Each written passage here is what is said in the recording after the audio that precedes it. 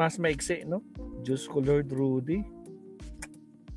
Mga pang-aabuso ni Duterte, pinapanagot na. Ito, maiksi lang to, 11 minutes lang to. Ito na lang.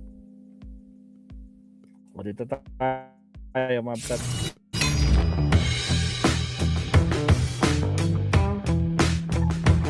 Alright. Oh, mga pang-aabuso ni Duterte. Nako po, Diyos ko Lord, yung tatay niyong karton. Diyos ko Lord, pinapanagot na. Nako po. Sige, pasok, Attorney Enzo. Diretso sa punto na. Maiksi lang ang komentaryo, pero diretso sa punto. Maraming kuro-kuro, may tiwali, may totoo. Dito, sa puntong diretso tayo. Punto, diretso. Michael, Gen C, shout out. Ayan, mga kabunyog. O, dito lang sa itong huling desisyon. Yan. Itong huling desisyon, kahapon lang lumabas. Yung tungkol kay Karandang. O, ano yon? Anong pinakita doon sa desisyon kahapon? Mali ang... Yung mga pagmamalabis ni Duterte, yung pang-aapi ni Duterte, yung pang-aabuso ni Duterte, ngayon, dinideklara na ng korte, lalo na ng Korte Suprema na pang-aabuso ang ginawa. Kasi nung panahon talaga ni Duterte, lahat ng pang-aabuso ginawa niya . Lahat ng pang-aabuso noon, pang-aapi. Kita nyo naman yung ginawa kay Leila de Lima, matinding pang-aapi yun. Nanalo si Leila de Lima. Itong si Overall Deputy Ombudsman Melchor Carandang, kawawa ang nangyari dito. Ginagawa niya lang naman yung trabaho niya. Iniimbestigahan niya sana yung unexplained wealth ni Digong na isinampang kaso ni Trillanes. Anong ginawa kay Carandang? Sinibak ni Duterte at sana ni Martires. Mabuti ngayon, binalik ng Korte Suprema ang desisyon. So anong ibig sabihin yan, mga kabunyog? Anong ibig sabihin yan? Si Leila de Lima na-vindicate. Itong si Carandang na-vindicate din. Si Trillanes na-vindicate din. At yung mga pinatay nung panahon ni Duterte, pinapanagutan niya ngayon. Kaya nga nakakulong siya sa ICC. At yung mga galamay niya, nakasabwat niya, problemado ngayon. Nagtatago pa nga si Bato de la Rosa . Si Bongo, alam niya, darating na rin ang warrant of arrest sa kanya.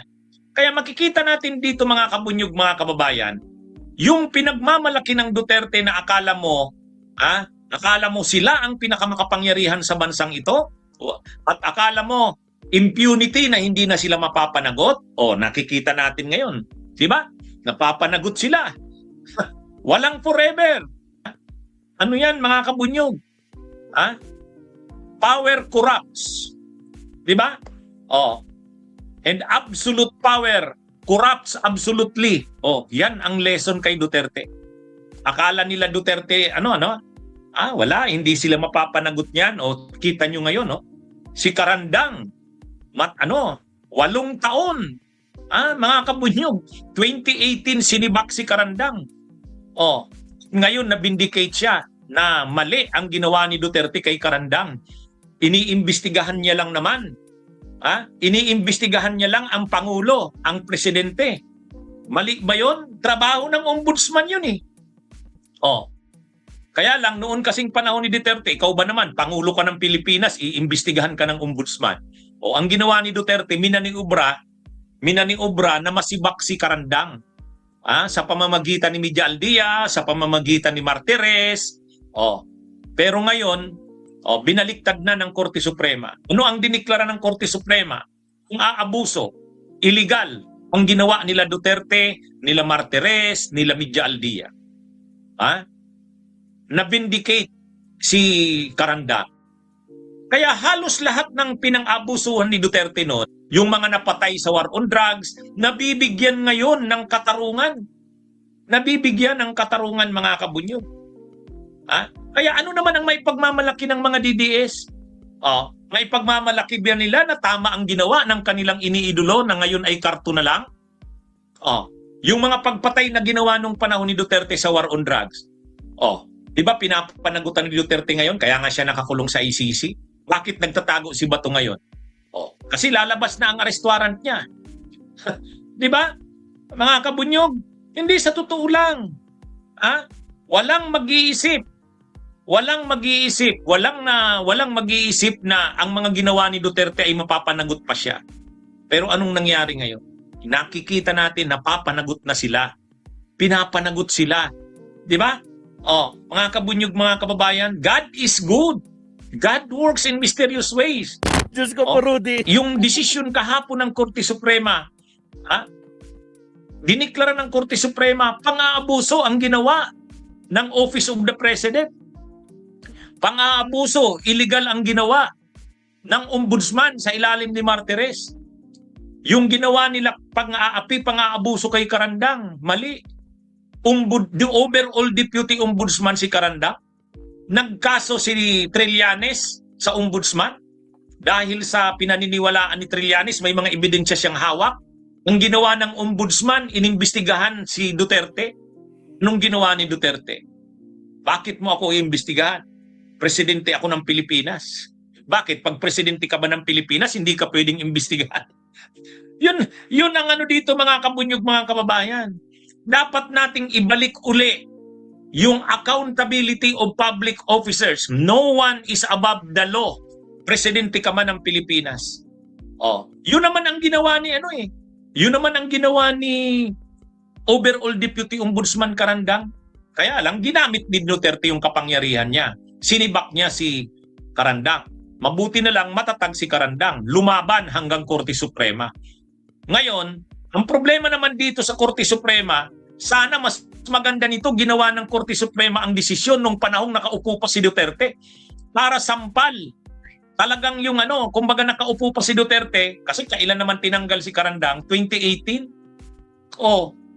Ang tagal, 8 taon. Dapat sana mas mayroon itong pwersa, mas mayroon itong, alam nyo, kung linabas ng Korte Suprema yung desisyon na yan, mga taong 2020, 2021, siguro kaliwat ka ng sampal kay Duterte. Kaya lang, ito rin kasing Korte Suprema, may pagkamatakutin din.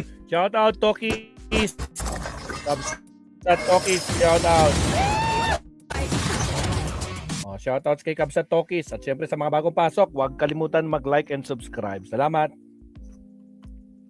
May pagkamatatakutin din. Mas ito sanang desisyon na ito ng Korte Suprema kung nilabas ito noong 2021 o kahit noong 2022. Parang kaliwat ka ng sampal kay Duterte sana. Mga kabunyog, mga kababayan, presidente siya ng Pilipinas. Tapos binaliwala ng Korte Suprema ang kanyang desisyon. Dahil mali ang aabuso. Kaya lang, wala ngayon linabas ng Korte Suprema, 2026 na, di bale. Pwede na rin nating pagbigyan. Ang importante, at least nakamit ang katarungan. Si Leila de Lima, nakamit din ang katarungan. Yung mga pinatay sa war on drugs, unti-unti na rin nakakamit ang katarungan. Yung mga matatapang noon, yung mga mayayabang noon, yung mga hambog noon, nagtatago ngayon. Aray ko po. Di ba? Diyos ko po, Rudy. Nagtatago ngayon. Nasaan si Bato de la Rosa? Ano yung pinakaimahe ni Bato de la Rosa? Di ba nakaganon? Nakaganon. Nasaan na ngayon si Bato? Nagtatago. Di ba? Abuse of power. Tama si Secret Tripper. Kaya ngayon, mga kabunyog, ang malinaw dito, nakikita natin, gumuguho na yung mga pinagmamalaki ng Duterte, kahit ni Digong, wala na. Karton na lang talaga. Karton na lang talaga. Lahat ng sinasabi ng mga DDS. Matragis ka, attorney. Karton talaga. Diyos ko po, Rudy. War on drugs. Yung mga wala. Anong nai-expose ngayon? Grabe ang pag-aabusong ginawa ni Duterte. Grabe ang pang-aabusong ginawa niya. Yung mga pagpatay, yung mga ginawa tulad kay Leila de Lima, yung ginawa kay Carandang, di ba? Mga kabunyog, mga kababayan. Ang maganda naman ngayon, napapanagot sila. At ang mga ginawa ni Duterte ay dinideklara na ngayon na illegal. Ang unang-una na lang, yung mga pagpatay panahon ni Duterte, na ididepensa ba nila ang pagpatay na ginawa nila? Wala. Tanong. Sa mga DDS na nanonood dito ngayon sa akin, puro technicalities. na ididepensa ba ni Duterte at saka ni Bato yung mga pagpatay na ginawa nila noon sa war on drugs? Hindi. Wala silang ginawa. In fact, dinideny nila. Ang sinasabi nila, wala namang ganun.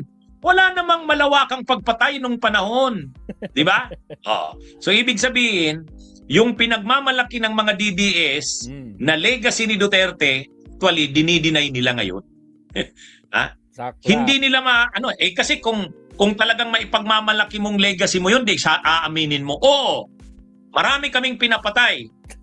Pero sa tingin namin, tama lang ang ginawa namin. Ganun ba ang depensa ni Duterte sa ICC? Ganun ba ang depensa nila Bato? Hindi. Dinideny nila.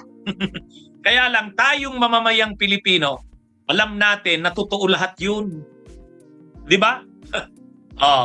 Kaya yan mga kabunyog. Anyway, yan mga kabunyog, mga kababayan. Magandang araw sa inyong lahat. Mabuhay po tayo. Diyos ko Lord Rudy. Salamat. Paano ba yan? Diba? Malaking sample talaga to si Leonardo, no? Biro mo, Supreme Court na mga appointees niya. Unanimous. Hindi naman actually unanimous. Merong isang nag-con. Hindi so. Parang 14 14 lahat. 14 ba? 14 tapos may isa. Ala, kinakalaban na ng mga appointees ni Digong si Tatay Diggs. Nako pa. Ay, mukhang natatauhan na sila. Diyos ko Lord. Oh my goodness. Siya. Next topic tayo. Diyos ko Lord. Puntahan naman natin si Badcaster Mabsat. Countdown muna tayo. Again, shoutout sa mga bago pasok. Huwag kalimutan mag-like at subscribe. At syempre kay Kabsat Talkies. Huwag niyong kalimutan guys. No? I-subscribe niyo yan si Kabsat Talkies. No? Gawin na nating 100,000 yan. Ang tagal ko nang hinihintay na 100,000 si Kabsat eh. So, maraming salamat.